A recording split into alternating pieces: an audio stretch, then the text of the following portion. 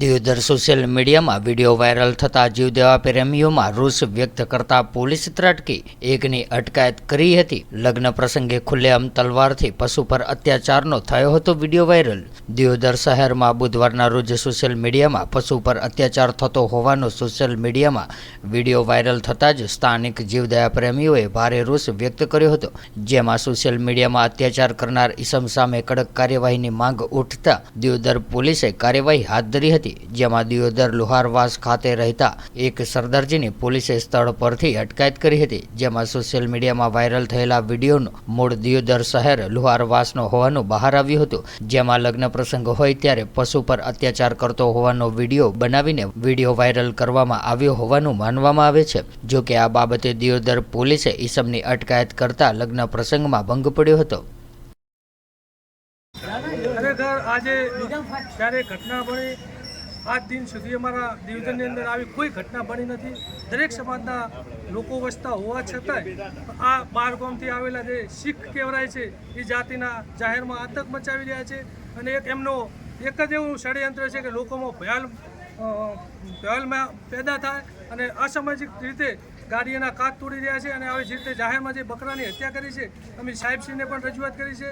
હિન્દુ સમાજ છે, તમામ વિશ્વ હિન્દુ પરિષદ હોય, ભારત વિકાસ પરિષદ હોય, લાયન્સ ક્લબ હોય, સંગઠન મિત્રો હોય, તમામ સંગઠન છે સાહેબશ્રીને આજે વિનંતી કરીને કીધું છે કે તાત્કાલિક અમની સામે કડકમાં કડક કાર્યવાહી થાય અને કદાચ કડક કાર્યવાહી નહીં થાય તો અમે આગળના સમયની અંદર ટૂંક સમયમાં કદાચ અમારે હડતાલ ઉપર બેસવું પડે તો હડતાલ ઉપર પણ તમામ સંગઠનો બેસવા માટે તૈયાર છે અને અમને સરકારશ્રી પણ માથે પૂરો વિશ્વાસ છે કે જ્યારે ગુજરાતના ગૃહમંત્રી હોય, જીવદયા પ્રેમી સરકાર હોય અને આવી ઘટના ક્યારેય ચલવી નહીં લઈએ।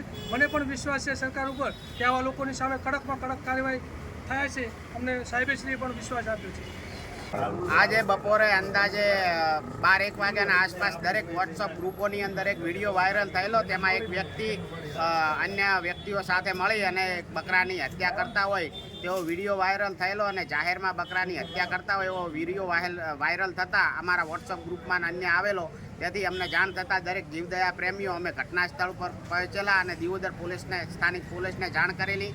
પોલીસ સાથે જઈ અને ઘટના સ્થળ ઉપર જઈ અને જે આરોપી છે તેને ધરપકડ કરવામાં આવેલી છે અને આ લોકો છેલ્લા કેટલાય સમયથી ત્યાં રહે છે અને આજુબાજુની પબ્લિક જે છે તેની અંદર ભયનો માહોલ ઊભો કરી દીધેલો છે અને આની અગાઉ પણ 1-2 વાર દિયોદરની અંદર જાહેર રસ્તાઓ ઉપર તલવારો વડે આ લોકોએ ગાડીના કાચ ફોડેલા છે એવું પણ બનેલું છે અને આમના જોડે 4 થી 5 ગાડીઓ છે, પશુઓની તસ્કરી કરવાનો ધંધો કરે છે કેટલાય સમયથી અને આ લોકોની અંદર કાયદેસરની કાર્યવાહી કરવામાં આવે અને યોગ્ય પગલાં ભરવામાં આવે।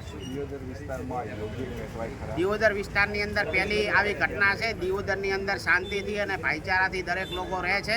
આ લોકો દ્વારા દિયોદરની શાંતિ ડોળવાનો પણ પ્રયાસ કરવામાં આવેલો છે તેવું કહી શકીએ તો પણ કહી શકાય। પોલીસ પાસે એવી અપેક્ષા છે કે આ દરેક જે લોકો રહે છે તેમની તપાસ કરવામાં આવે, આ લોકો ક્યાંના છે, કેટલા ટાઈમથી અહીં રહે છે, એમનો બિઝનેસ શું છે અને એમના ડોક્યુમેન્ટ દરેક વસ્તુનું વેરિફિકેશન કરવામાં આવે અને કડકમાં કડક પગલાં ભરવામાં આવે। तो व्हाट्सएप, ट्विटर, फेसबुक, इंस्टा जहाँ भी आपका अकाउंट है, इसे शेयर बटन के द्वारा वहाँ पर शेयर करें।